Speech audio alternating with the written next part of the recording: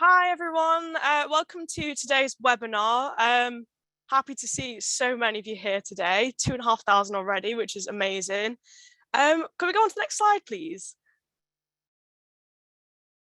So today we're going to talk about medicine applications.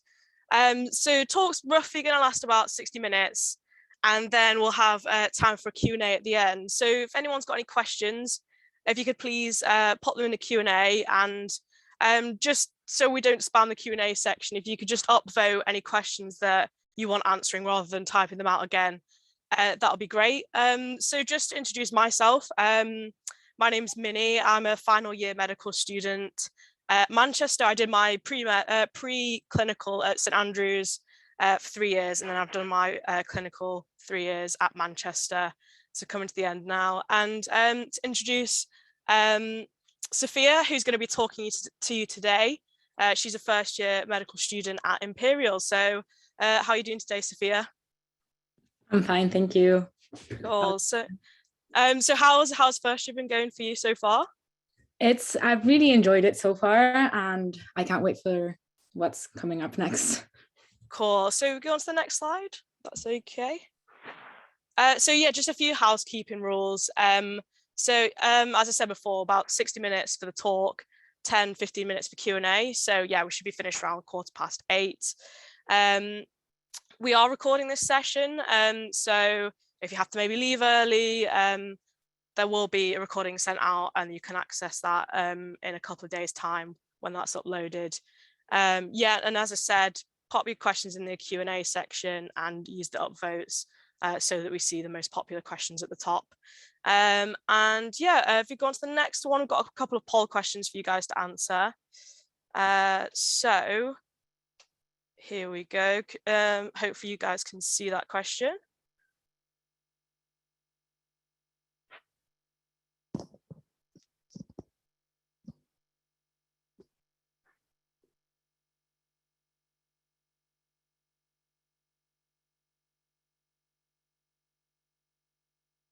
Give that a few more seconds.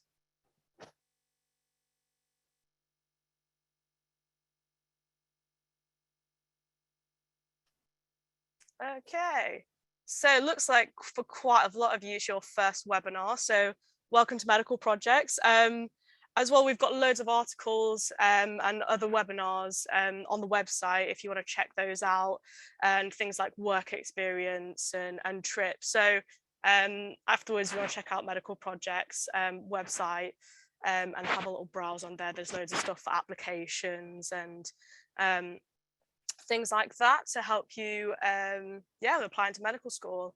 And yeah, loads of year 12, so that's perfect, and year 10 and 11 as well, so starting early, that's good. Enthusiasm, I like to see it. So yeah, I'll pass you on to Sophia now, who's gonna take you through the talk today. Okay, so for the first slide, I thought I would start with some basic facts and figures. So for 2021 entry, there were about 28,690 applications just to medical school, which marks actually a 20% increase as compared to 2020. Out of around about 130 total universities in the UK, there are currently 37 which are medical schools, and there are about 8,500 places to study medicine just within the UK. So the map that I've put on the right shows where the different universities that offer a medicine course are located around the UK. So you can see that there's plenty of options for you to choose from. So what are the steps for applying to medical school? If you're applying to medical school, there will be a range of things that you need to consider. First of all, the most crucial step, I think, is deciding on a career in medicine. Now, most of you are probably attending this webinar because you have an interest in medicine, or you might want to have a career in medicine in the future. So it is fundamental that you reflect on your skills and on your talents, and especially that you think about what kind of career you would like to pursue in the future.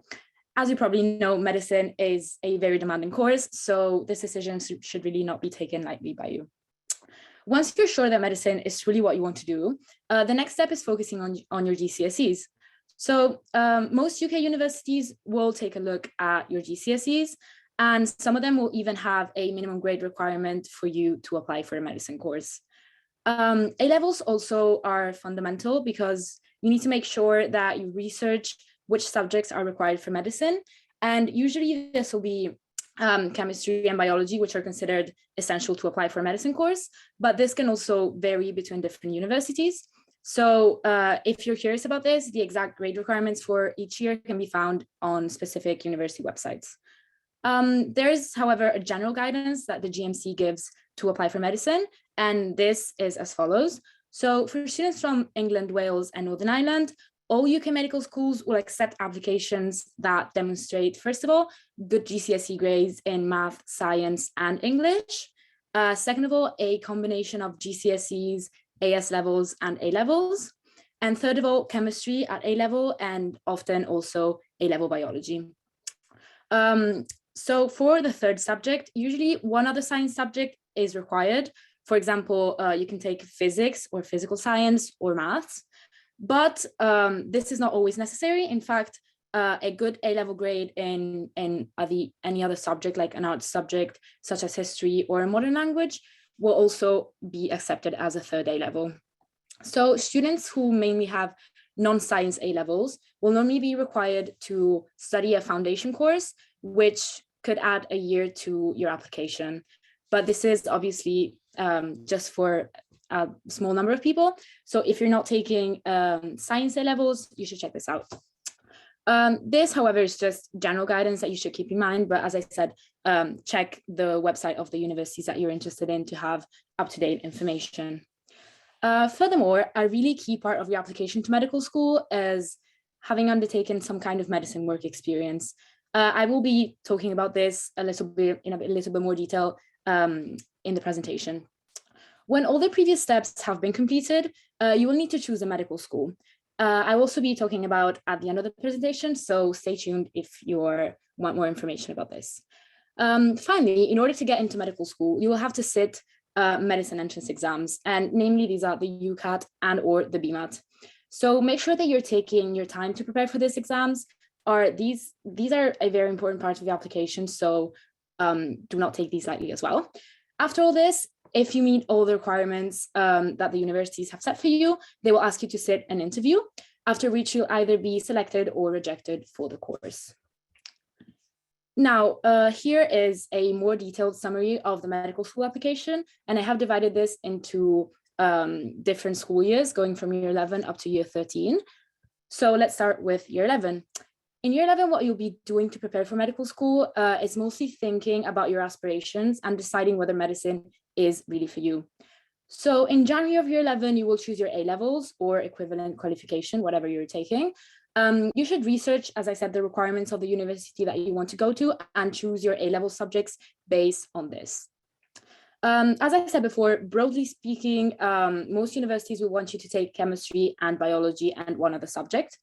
And I'm sure there will be already in the Q&A a lot of questions about what the third subject should be or whether you should take 4 subjects. I think this really depends on you and also on the university requirements, but my personal advice is to take the A-level that you're best at and what you think you'll be best at doing in your exams. So you should also, this will increase your chances of getting a good A-level grade, which will meet the requirements of the university. Also, obviously choose in a level that you enjoy, because I know that chemistry and biology can be, they're really interesting subjects, but they can be really hard. So make sure that your third subject is something that you like to do and that you're sure you will perform well in. So then in June, or between June and September of year 11, you will see your GCSEs. So you should focus on getting good grades in these, especially if you want to go to a university that puts a lot of emphasis on GCSE grades. There are some universities that really think that your GCSE grades are a reflection of your academic performance as a student. So make sure that you take this in mind.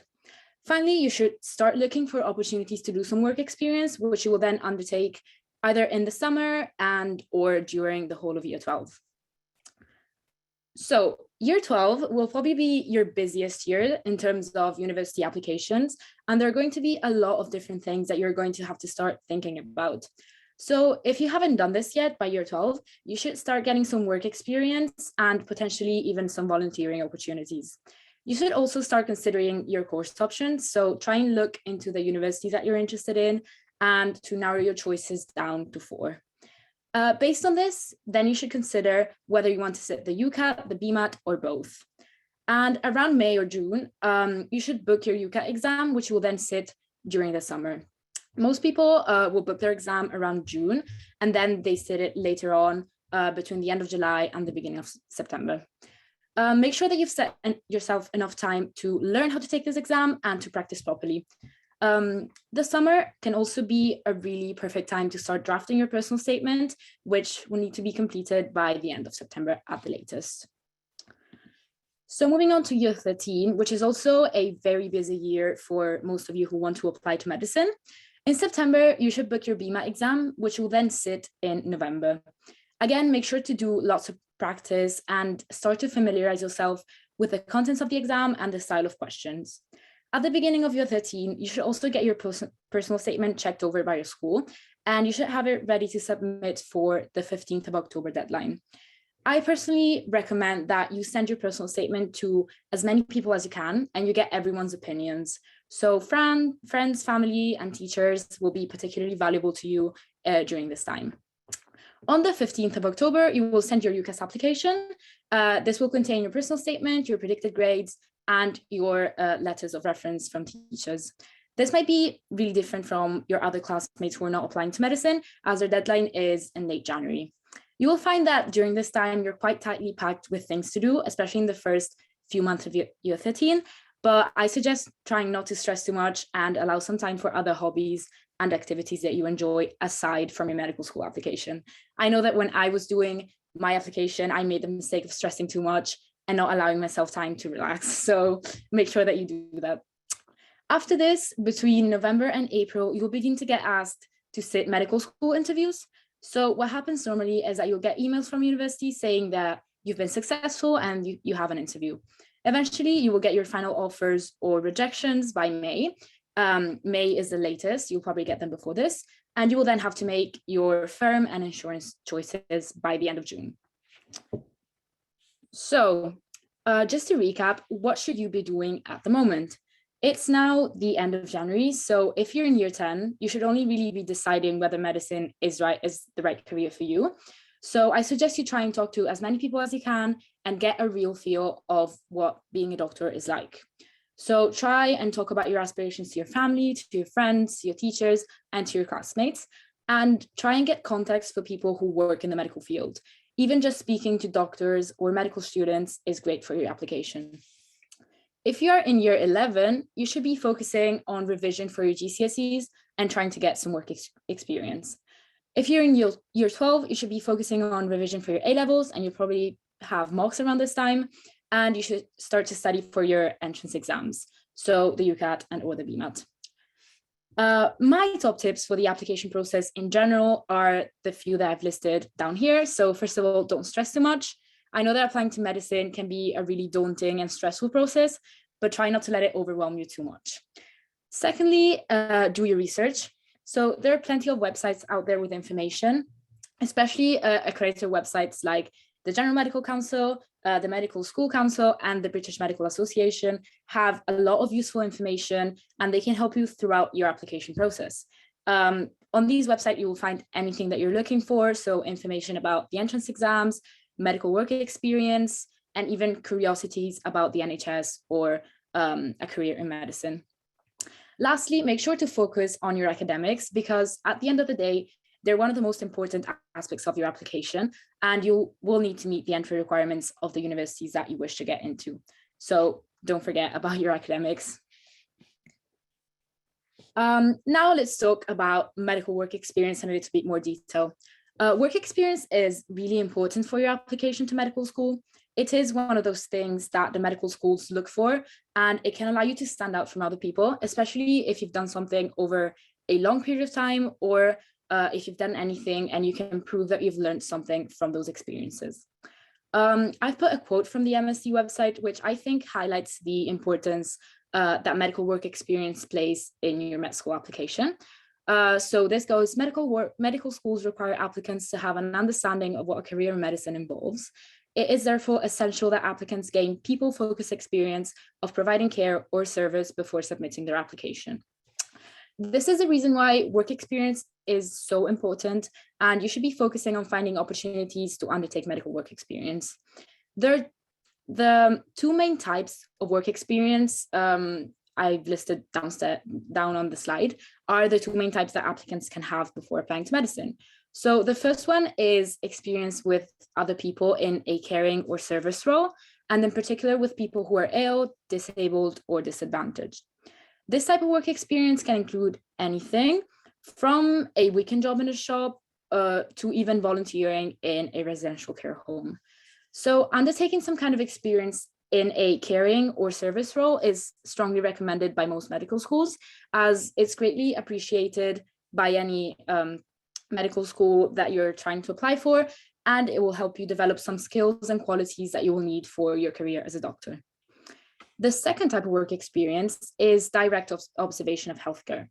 The most renewed example of this is shadowing a doctor, which can prove incredibly helpful for your knowledge of the NHS and of the roles and duties that doctors have in their day-to-day lives. This second type of work experience is the most traditional, but at the moment, especially because of COVID, it can be quite hard to get. So medical schools are not actually using it as much as they used to, and it is no longer considered essential to an application. If you can get this, it will obviously be really useful, but don't worry too much if you can't because of the many different reasons. It is important to remember that work experience can take a lot of different forms. It can be, as I said, a voluntary opportunity or even a paid job. So while shadowing a doctor can be really useful, medical schools recognize that obviously this is not attainable for everyone. Medical schools see volunteering in, for example, a residential care home as just as good a source of experience. So even if you have a weekend job in a shop, this can be like a good source of experience too. Medical schools obviously are also aware that the opportunities open to you have been affected by the ongoing COVID-19 pandemic. So they will obviously take this into account for applications in the following years. Make sure that you check the medical school's website for specific information on work experience. Additionally, you should keep in mind that clinical work experience is not considered a necessary part of the application anymore. It used to be in old times, but you don't have to stress about it too much. The main alternative forms of work experience that are greatly appreciated by medical schools are three, which are volunteering, online work experience, and research projects. So if any of these have are set in a healthcare setting or a medical setting, this will obviously be the best, because then you can relate it very easily to the medical career, and you will be able to talk about it in your personal statement and in your interviews. So with work experience, you want to have proved that you've learned something from what you saw and that you've gained an insight into the medical career. So what you really want to do about medical work experience is reflection. And again, I will be talking about this later on because it's really, really important for the medical application. So all the previously mentioned experience, if possible, should be, as the sentence says, people-focused. So what does it mean? People-focused means that you're working with other people and that you're learning to communicate, to have empathy, and especially to just be around people who are in a more difficult situation than you. So since as a doctor, you're going to be very patient-focused during your career, if you're able to get that early base of being people-focused in your volunteering or in your work experience, it can be really useful for you. Even if it's not you who is directly talking to the patients or to the people themselves, even just learning from other people and from their experiences can also be extremely useful. Having a range of different work experiences and volunteerings can give you an insight into medical care or simply into any care setting. So it doesn't matter if you're following around a doctor or a nurse or just the staff of care retirement homes, it can all be extremely useful to you.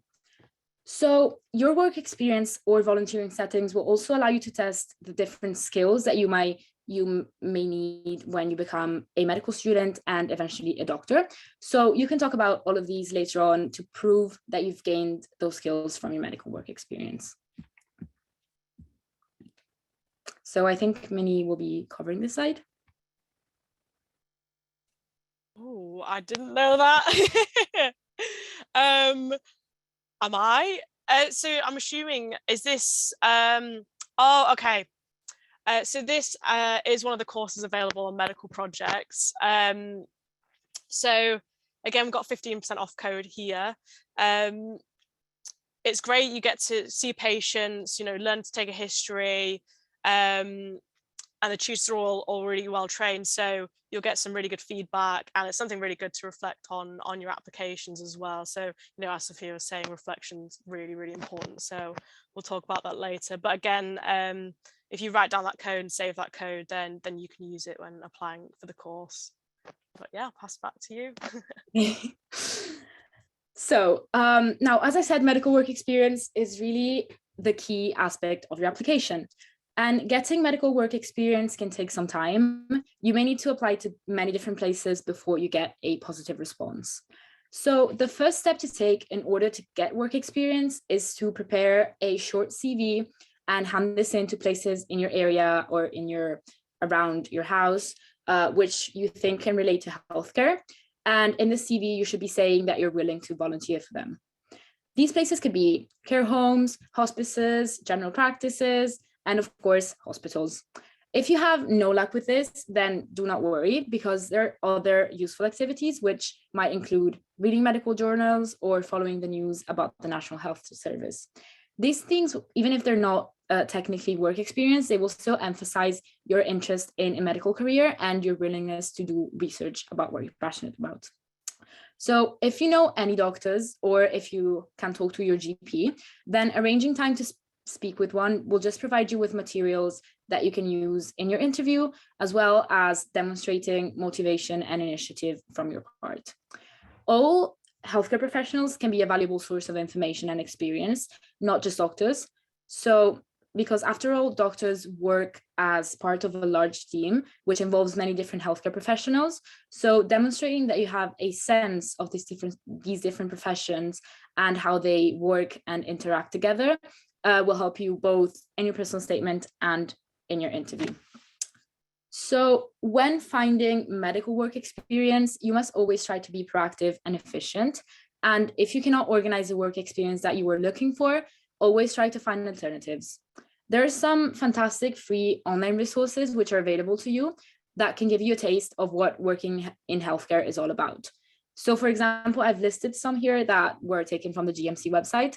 Brighton and Sussex Medical School has created a free virtual course, which has virtual work experience. And in this, you can explore the several different medical specialties and learn more about those.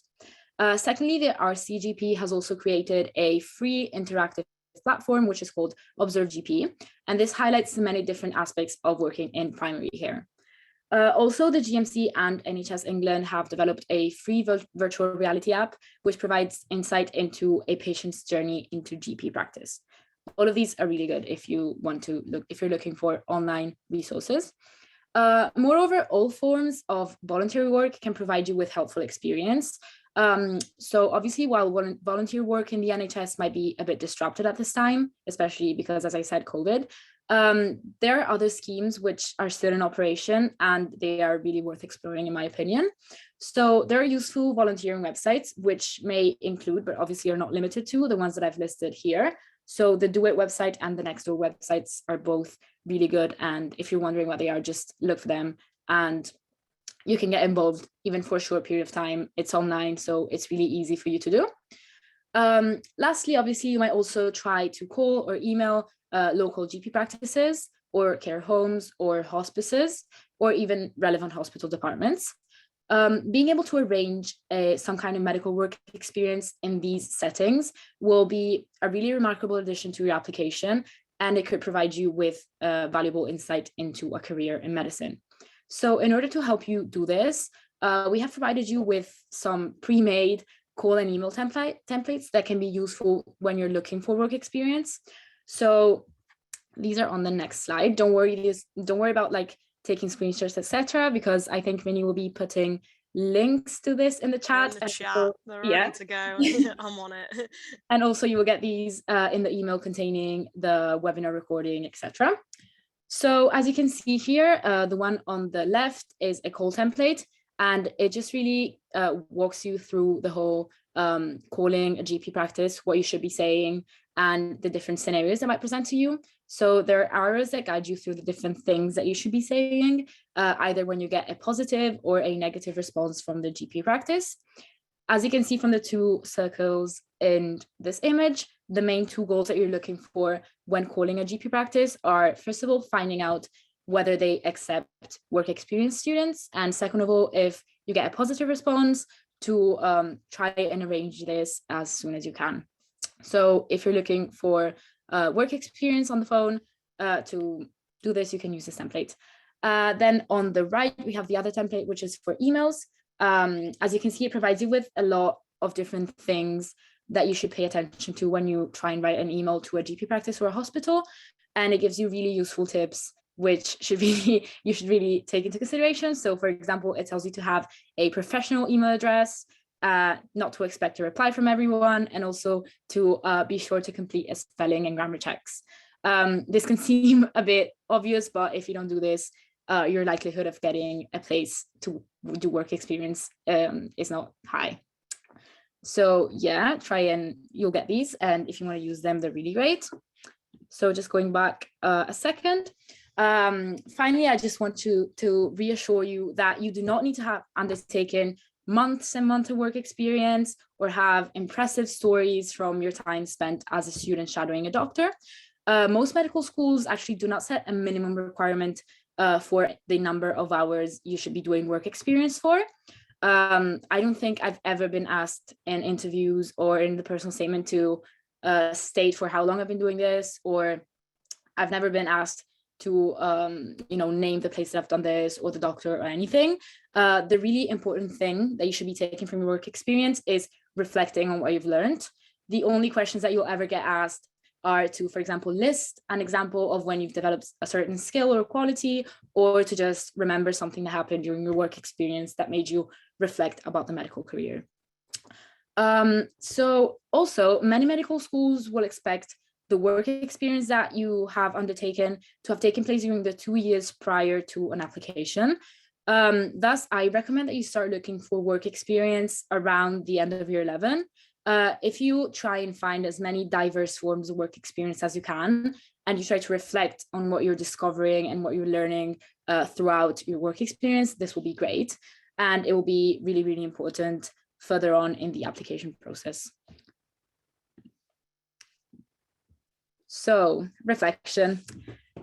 You've probably heard me say the word reflect and reflection 1,000 times just in this presentation. And this really highlights how important reflection is for the medical school application and even for medical school, because I've been in medical school for less than a year and I've already been bombarded by stuff to do with reflection and the importance that this plays in a career in medicine. So what is reflection? Reflection is defined as the ability to think back at your own actions and to analyze them. So reflection is truly one of the most fundamental aspects of your medical school application, and you must be able to grasp the importance and relevance of reflection, both as a medical student and in the future as a doctor. A sentence that I think truly represents the role and the importance of reflection in your medical school application is the one that I've put here, which is, your experiences are only as good as how you reflect on them in your personal statement and at interview. So in fact, the ability to reflect on what you've learned, both about yourself and about medicine, is the really key thing that medical schools are looking for when they assess your application. It doesn't matter how many hours of work experience you have done or how many impressive surgeries you've been able to watch, if you cannot reflect on what you've learned during that time.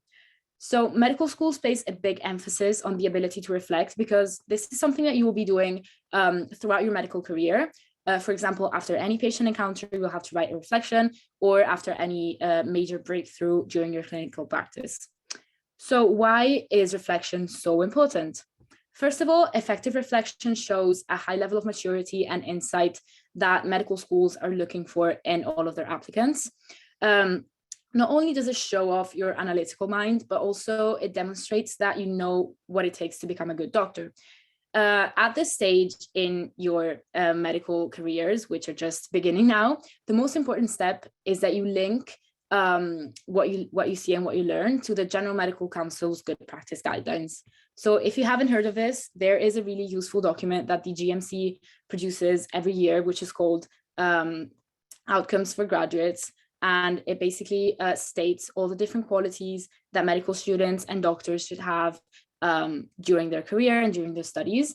And this is a really, really useful source, especially when you try and write your personal statement, or even when you are reflecting, because it can really give you ideas on which qualities you want to focus on and which things to reflect on when you're doing your work experience. So qualities such as leadership, teamwork, and organizations are all really good examples of this.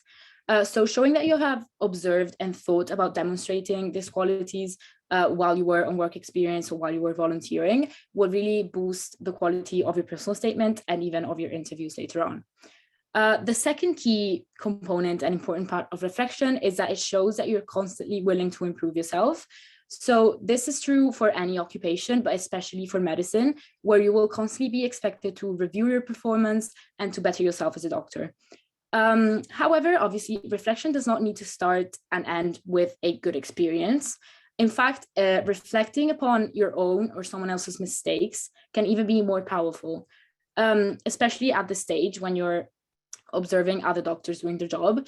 You can really focus not only on the good things that they've done, but also the bad things that might happen and how you would try to improve that when you finally become a doctor. At this stage, learning and improving are the key aspects that medical schools want to see from you. So further to this, if you try and reflect upon the hardest parts of the medical job that you are observing through your work experience, this will be really important. So some example, for example, can include the stressful nature of the job, the long hours, and you can try and think about how you or the doctors that you observed are trying to deal with this. So you might be wondering, how do I reflect?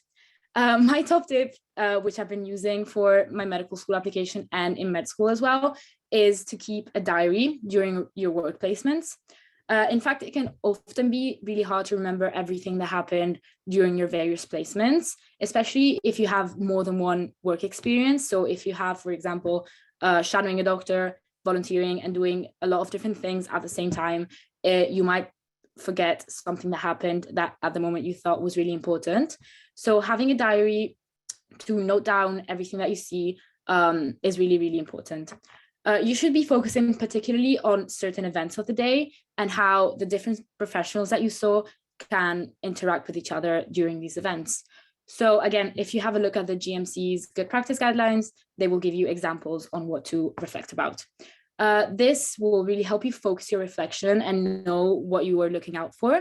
It's really important that you avoid vague statements and that you are specific in what you say.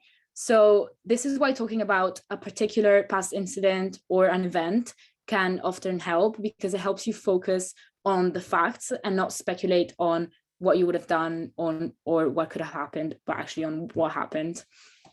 So even if you think that maybe a diary is not really for you, there are plenty of alternatives that you can use. For example, something that really helped me was jotting down your reflections on the Notes app on your phone. So if you have any form of app that allows you to take notes on your phone, if you're, for example, a work experience or volunteering and something happens and you think, oh, this will be really good to remember for the future, for my personal statement, just write it down and you can come back to it when you need it. You can also, if you are allowed, take pictures of it or videos of something that you want to remember and reflect upon later on in the day. You could also obviously have any other alternative that you can think about. But here at Medical Projects, we've also provided you with a reflection sheet, which is something really useful that I used as well when I was during my work experience. And it's on the next slide. So this is something that you will also, Minnie will be sending links in the chat, and you will also get on the email that you get after this. This reflection sheet really shows you everything that you need to be considering when reflecting. As you can see, there's not a lot to do.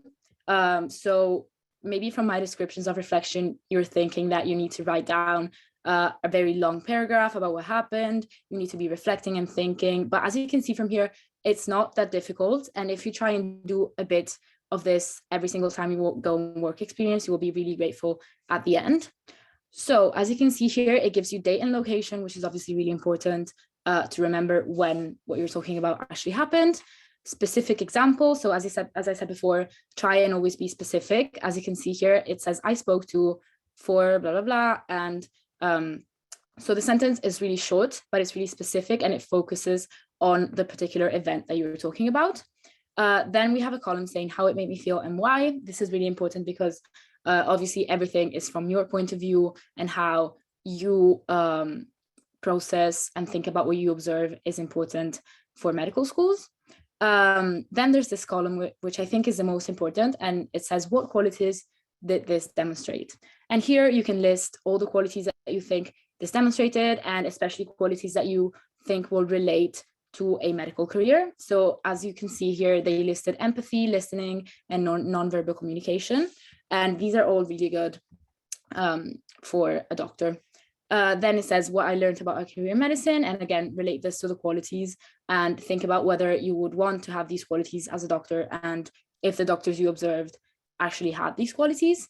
And then you can put any questions that you had following this experience, and these can help you maybe research or look onto something that you are interested in. For example, a question that is on this example is how can loneliness affect mental health? So for example, this can maybe help you think about mental health and why you think it is important, and research it. And all of this will be really useful in the medical school application and in the interview. So I put here some deadlines that you should remember, and these are just the most important.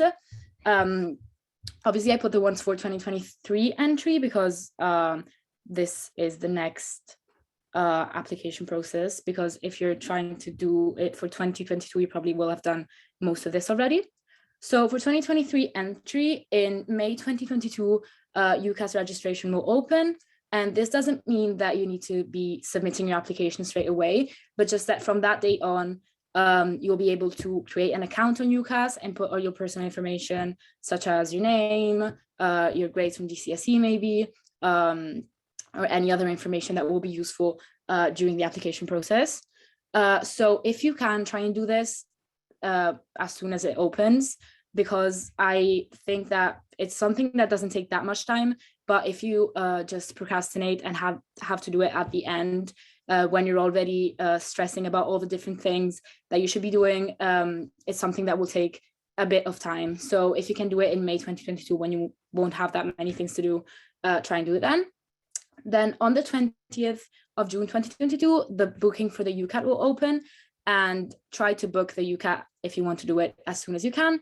And then the test cycle for the UCAT is from the 11th of July 2022 to the 29th of September 2022. So as you can see, the UCAT is not on a specific day, but there's a cycle. And this is really good because it allows you to choose a date when you want to do it, which is the most convenient for you. So try and choose a date that will allow you sufficient time to prepare for it. Now, there's different opinions on how long you should take to prepare for the different entrance exams, but I would say about a month and a half or 2 months is enough for you, especially if it's during the summer when you won't have that much schoolwork and other things to do. So just think about when you have a free couple of months that you can use to revise for the UCAT, and then book your UCAT test according to that. Then on the 1st of September 2022, the booking for the BMAT will open. And I don't know if you're aware of this, but the BMAT is a bit different from the UCAT. So the UCAT you can book by yourself, while the BMAT usually will be booked through your school. This is because many schools, especially in the UK, will have applied to be a BMAT testing center, or even if not, they will need someone else to book the test for you. So just make sure to let your school know that you want to take this test and to arrange with them your booking. On the 17th of October 2022 will be the deadline to submit your UCAS application. And as I said, the UCAS application will contain your personal statement, your projected grades, and your letters of recommendation. So try and do all of this before the 15th of October, because if you do it last minute, it can be a bit of a problem. So just try and follow the deadlines. And then on the 2nd of November 2022 is when you will take the BMAT test. And as you can see here, something that is a bit weird about these tests is that the UCAT you will take before you even apply to medical school. So you will have your UCAT results before you submit your choices. Obviously, this is really good because you can see what score you got in the UCAT, and according to that, you can then kind of like strategically choose the universities that you want to apply to. But unfortunately, the BMAT you will take after you submit your application, so you won't know how you did. So obviously try and think about your choices and about what you got in the different exams and choose according to that. So one of the most important and, in my opinion, enjoyable parts of the medical school application is the choice of school to apply to. So once again, this is not something that you should take lightly, because your choice on where you want to study can deeply influence your university experience. So instead of spending only 3 or 4 years in your university of choice, like the other non-medicine classmates that you may have, you will have to spend 5 to 6 years living and studying at the medical school that you have chosen. Obviously, I am a firm believer that you should take into account every single aspect of the university experience that you wish to have before you narrow down your UCAS choices to 4 and before you finally submit your application on the 15th of October. So as you may know, UCAS allows you to pick 5 university choices and courses that you wish to apply to. Nonetheless, you being a medicine applicant will only be allowed to pick 4 medicine courses and 1 non-medicine related course. So this is a bit different from your classmates. In all honesty, if you have decided that medicine is actually what you want to do, you should not be putting too much thought on your fifth choice, as you will probably not even be using that choice unless for some reason you are not accepted and you don't get into medical school in the first year that you apply. I'd still recommend that you use your 5th choice as a backup by trying to apply to some kind of medicine or science related course, such as, for example, biomedical science or chemistry or biology, so that this can then help you in case you don't get into medical school. For your choice of the 4 medical schools that you can choose, there are many different aspects that you should start to think about. The first and foremost, obviously, are the entry requirements. So although these can vary a lot between different universities, there are still some really important differences that you want to consider. For instance, as I said, some universities are known to put a lot of emphasis on your GCSE results. So consider whether GCSE grades are a strength of yours or a weakness, and maybe if you'd like to take advantage of this, or instead, if you'd rather not. A-level subjects are also fundamental. So although most universities will require you to take chemistry and biology at A-level, some have different policies and they have different ideas on which subjects you should choose. So just be aware of this and research it in the university websites. Most universities will also set a minimum required predicted grade. So if you do not meet this requirement, you're very unlikely to even be considered for the course. So obviously look into this as well. Most importantly, some universities will require you to take the UCAT exams, while others the BMAT exam. Nowadays, I think that most universities require the UCAT. So I highly recommend that you take this exam. And you should really only be taking the BMAT if you want to go to the few universities that require this. And nowadays they are only, I think, Oxford, Cambridge, Imperial, UCL, Leeds, Lancaster, and Bryan and Sussex. So if you're not thinking of applying to these universities, don't even bother taking the BMAT. Another key factor that you have to take into consideration is the teaching style that the different universities offer as a means of delivering their course content. So there are three main types of teaching styles that medical schools choose. The first one is traditional. The traditional teaching style is basically divided into two different phases, the preclinical phase and the clinical phase. So in the preclinical phase, which is mostly around the first few years of your course, you will mostly be going to classes and lectures and studying the theoretical part of medicine. And then the clinical stage is in the last few years, where you will actually be doing some practical classes. You will be going on, for example, clinical placements, etc. Then we have the integrated style, which is basically a combination of the preclinical and clinical phases of the traditional style. So instead of having these divided throughout your course in medicine, in the integrated style, you will have basically both lectures and classes with theoretical aspects, and also you'll have more practical sessions to try and familiarize yourself with the practical side of medicine as well. And in integrated courses, there are also some innovative styles of teaching. So for example, problem-based learning, case-based learning, and inquiry-based learning, which are basically a way for you to learn from actual cases. So they will give you, for example, a patient scenario or a case, and from that, you will then go on to study the disease or the condition that they have. The last style is intercalated. So basically, some universities will give you the chance of taking, instead of having the course last 5 years, it will last 6 years. So you'll have one extra year, which you will spend doing some research or taking some classes which are a bit different from the other lectures that you have for medicine.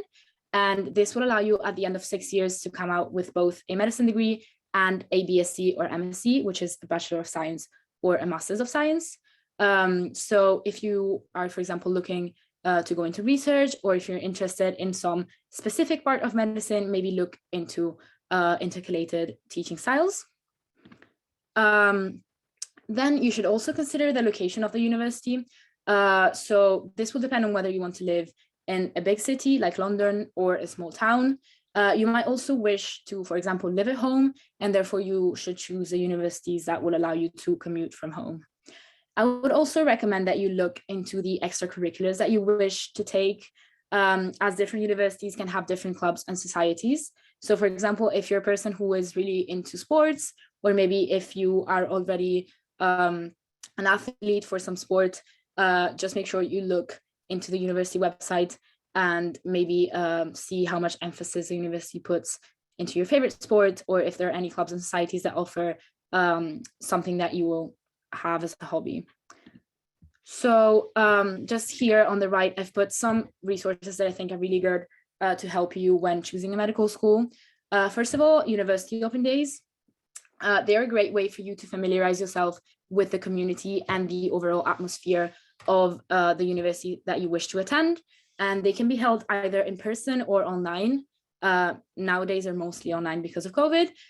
They're really valuable for you. And I think you should really be looking into them if you already have in mind some universities that you like and you want to attend. University websites also, they are, I think, the most reliable and up-to-date source of information for any of your queries, your questions, your curiosities. And they will basically take you to any secondary website to look into the things that you're wondering about the university. Also, there are plenty of med school comparison tools, which basically they will allow you to compare different universities based on a multitude of criteria.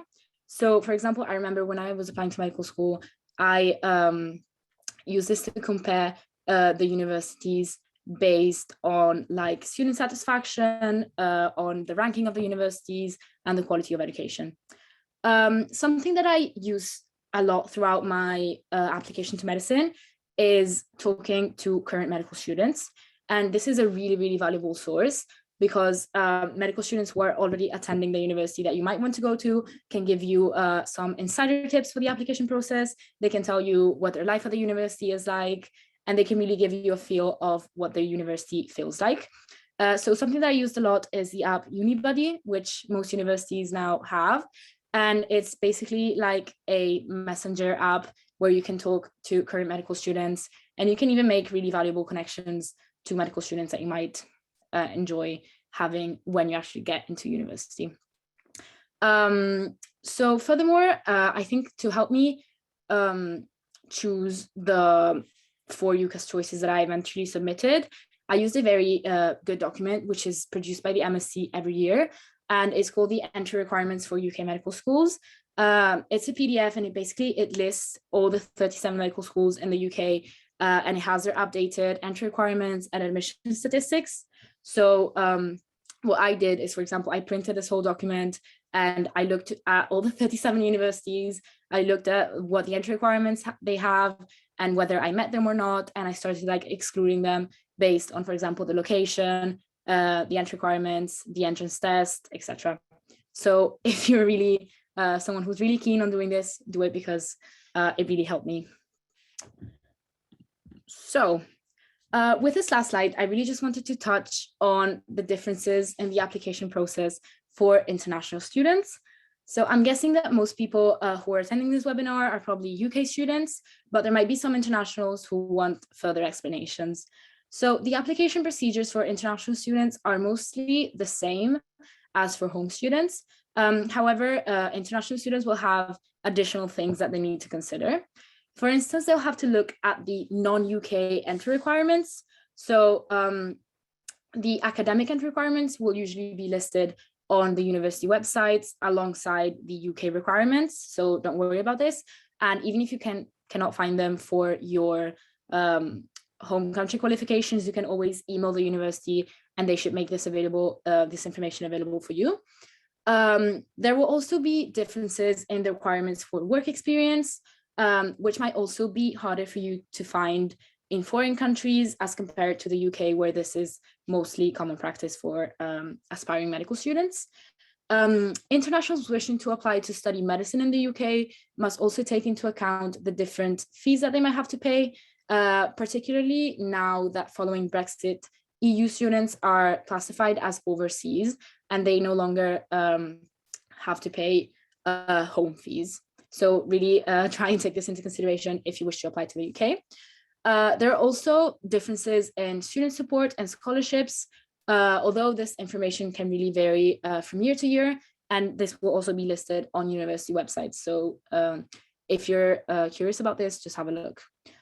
Visas and immigration procedures can also be an added layer to the process of moving and studying in the UK. And the protocol for these might be, you should really abide this because obviously if you don't meet the requirements for your visa, you'll be asked to leave the country. For students also who do not come from, for example, a British or international school, there will be additional language requirements. So to study a course that is fully in English, you will most likely be asked to prove that you have language proficiency through, for example, language certification exams. So this is an added layer for international students. Finally, if you get asked to sit an interview, you must be prepared to fly over to the UK. And for the interviews, you will need to have researched and have a very, very good knowledge of the UK and especially of the NHS. You will most likely be asked questions about it, and you're expected to have the same level of understanding of the NHS as any UK citizen. So make sure that you research this. And as you can see from this, there are a number of additional steps that international students have to take. Nonetheless, I really encourage any international students to not get discouraged by this and to still try and apply to study medicine in the UK if that's what they really wish to do. And just to end this, my personal experience, I am an international student as well. So I lived most of my life in Italy, and I applied to the UK from Italy, which was a bit harder because obviously I had to go through all these steps. But I think it was really worth it. And despite the many different things that I had to do to apply, I'm really, really grateful that I still decided to do it and that I am now studying in the UK. So if you're an international student and you're curious about this, stay tuned because we will also be running other webinars just for international students in the following weeks. So yeah, that's it. I think we can start with the Q&A. Yeah, thank you, Sophia. Yeah. So any questions, pop them in the Q&A section, and we'll upvote any that you want answering. So I will start off with the top one. That's how would you make yourself stand out on your application? Okay. Should I reply to that? Yeah. Yeah, go for it. So I think what's really important is to stand out in your application, because as you saw from the statistics that I showed at the beginning, there will be loads of students applying for medicine, and most of them will have the same kind of qualifications, the same kind of work experience, the same grades. So if you really want to stand out, just try and think of something that makes you different from the other students. And it can really be anything that you think is a bit different from any other medical applicant. So for example, when I was applying, I talked about the fact that I'm an international student, that I'm half Italian, half Spanish. And I talked about the work experience that I did, which was a bit different than the usual shadowing a doctor. So really anything that you do in your free time at school, anything that you're really passionate about can be used as a point to like elevate your application. I definitely agree with that. And as long as you can reflect well as well, that's another great thing.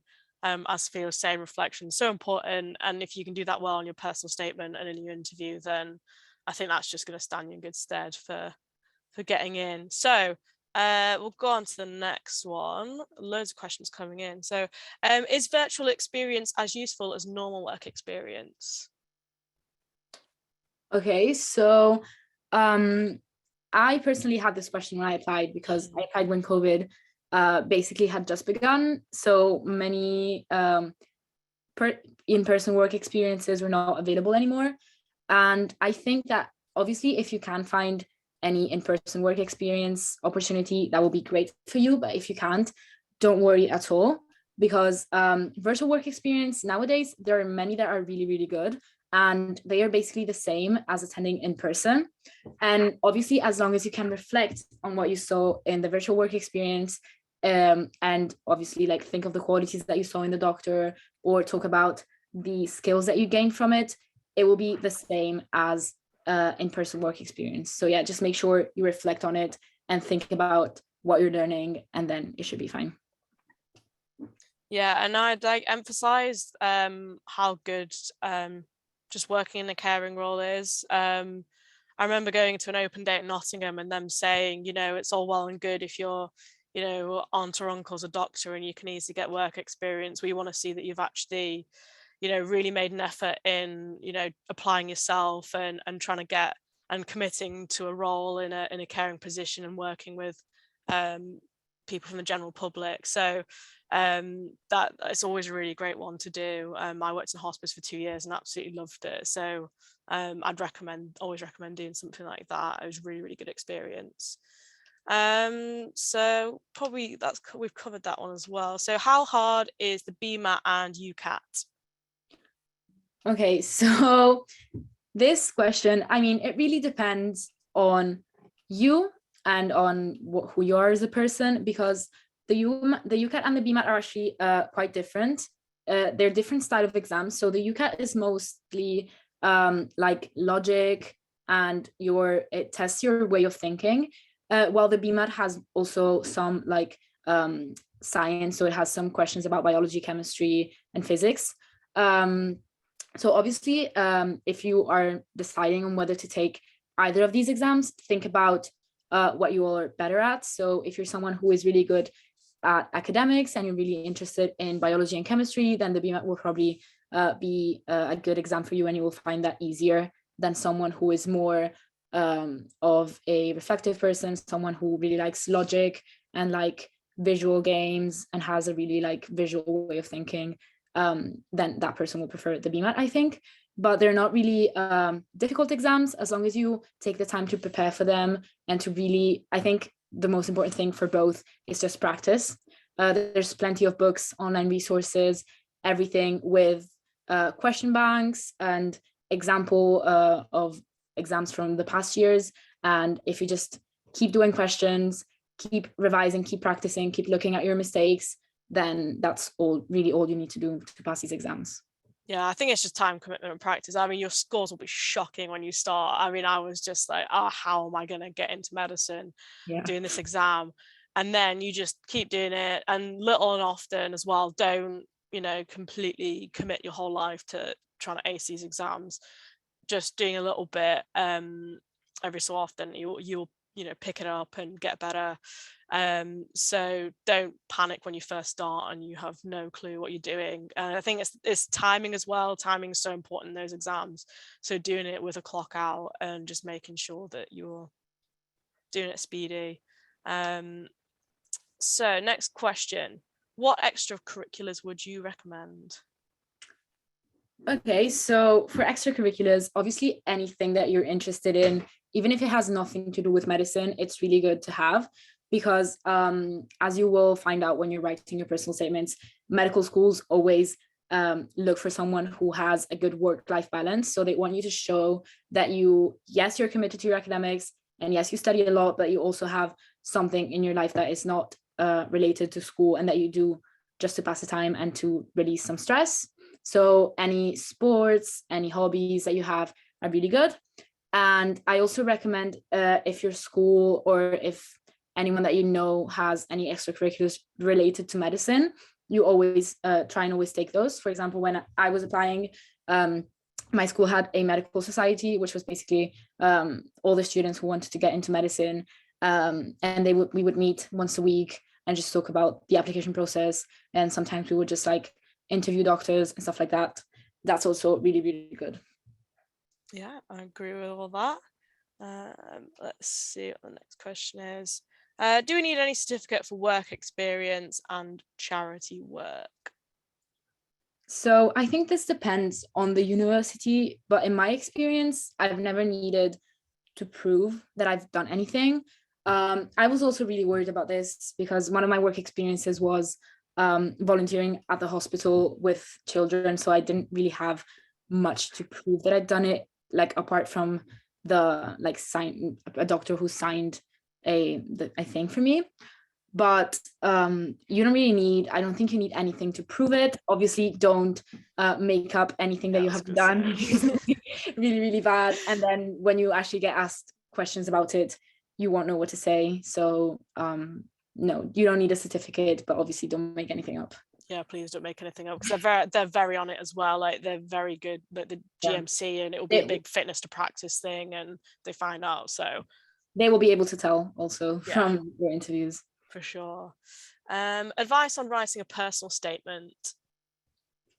Okay, so the personal statement, what's good for the personal statement if you're applying to medicine is that I think while other courses can really write anything they want, medicine has a really kind of like checklist of things that you need to say in your personal statement.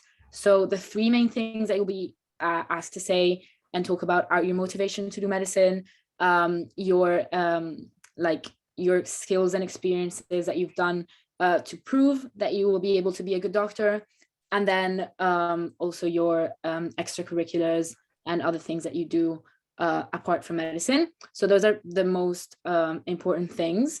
And as long as you can reflect on the things that you've done and you can talk about yourself and your qualities, etc., then you will be okay. And don't be afraid to kind of brag in your personal statement, because I know that when I wrote mine, like my first draft, I was being really humble, but you really need to like put yourself out there and just say that you are a good team worker, a good leader, whatever you want to say about yourself.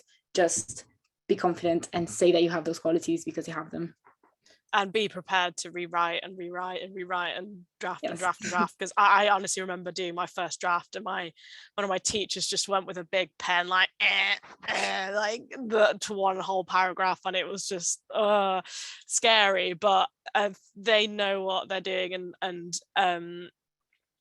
it takes a while to perfect it. The first draft will be nothing like the final product. So don't leave it to the last minute. Make sure you kind of start planning it a little bit early and maybe trying to write it up a little bit, and then sort of once September rolls around, really sort of getting it spot on to send off in October. So will 4 A levels instead of 3 impress the university in any way?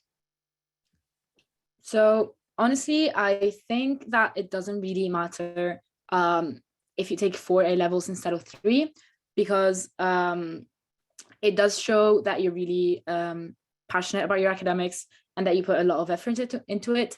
But it's something that will take a lot of time off for you, like from your application process and stuff like that.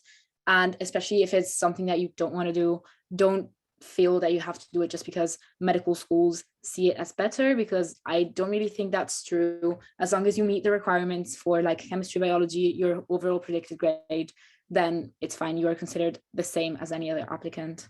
Yeah, it's not going to give you an advantage. And if anything, it's going to, they'd rather take someone that's got 2 A stars and an A than someone that's got 4 A's at A level.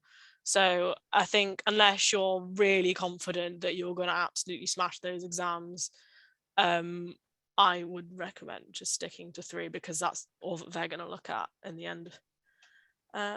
Okay, so what GCSE grades do I need for medical school?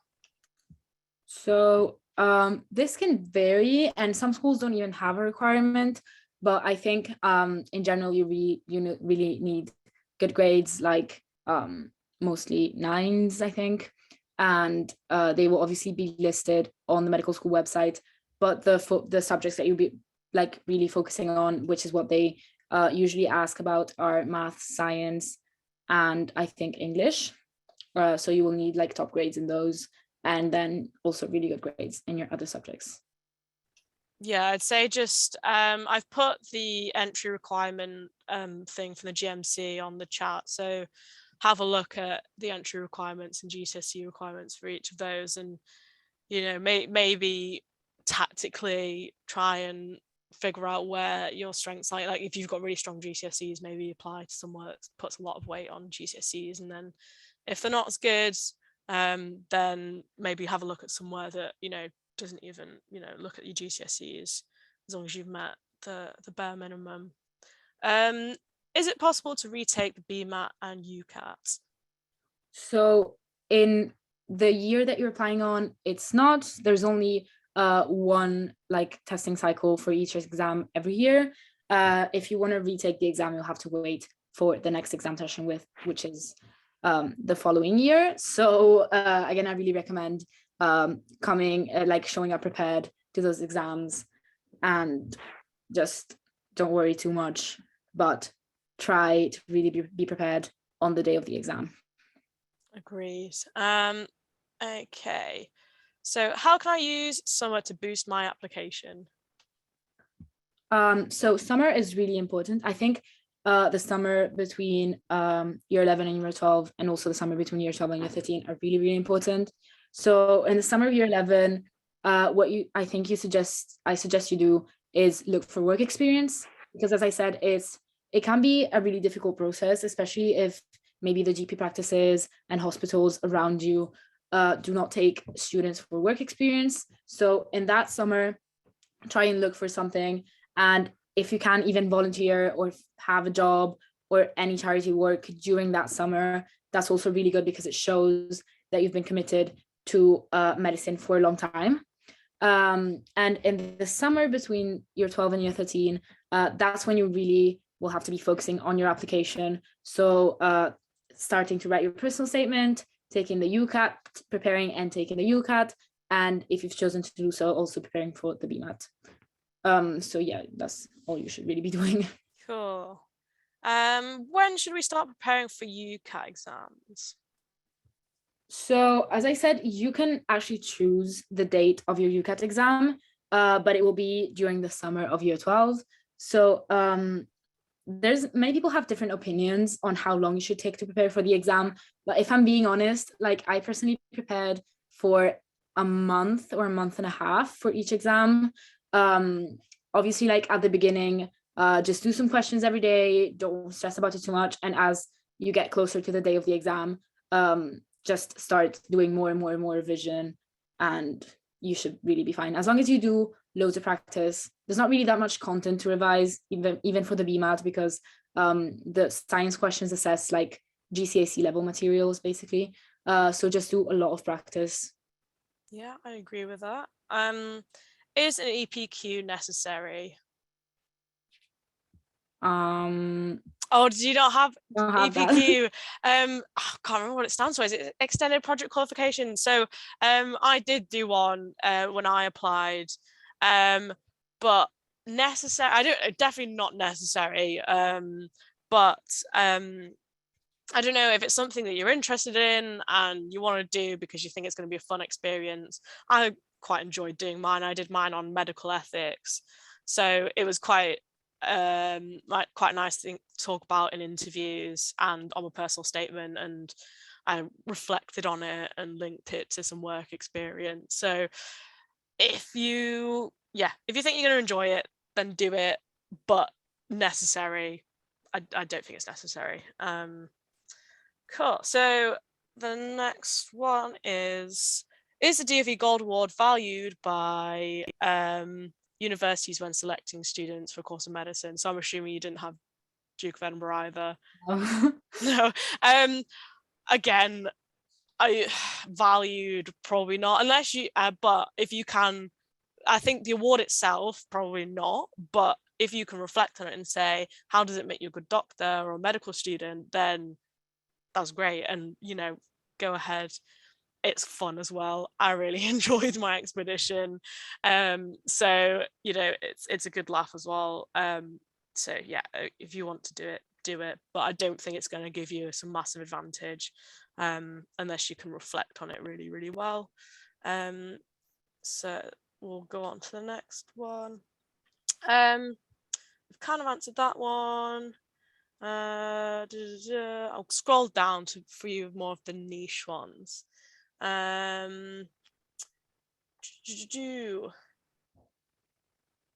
can we attain scholarships for UK universities? I don't think they really do scholarships, do they? I don't think so. There might be some like which are relative to the university that the university gives out. For example, I remember I applied to Queen Mary's and they were giving out a scholarship for all EU students, like right, okay. applying for the EU. But like NHS scholarships or anything like UK based, I don't think you can obtain those anymore after Brexit. Yeah, and they, in terms of, it's not like the US where you can get academic scholarships if you get certain grades. So, yeah. We'll answer one more question, so I'll try and make it a good one.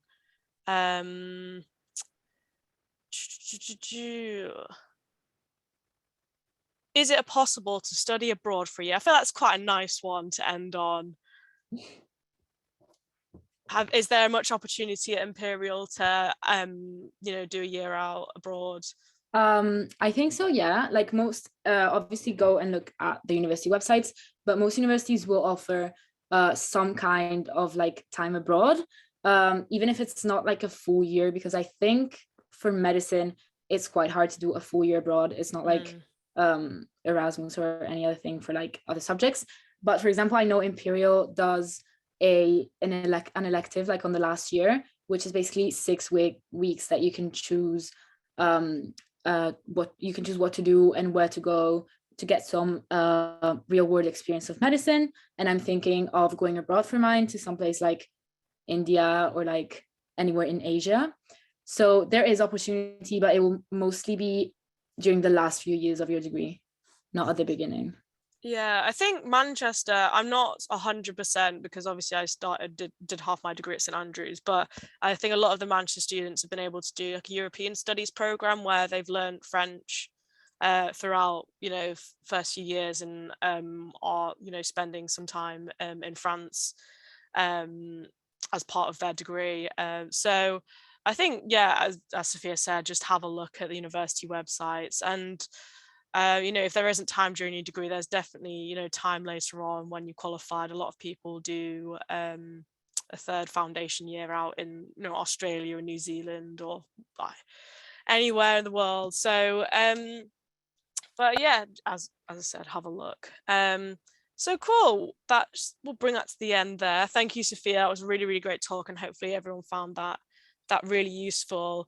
We'll have more webinars coming up, and as I said before, we've got loads of articles and resources on the website if you want to have a look. So thank you very much, everyone, for coming, and we'll see you next time.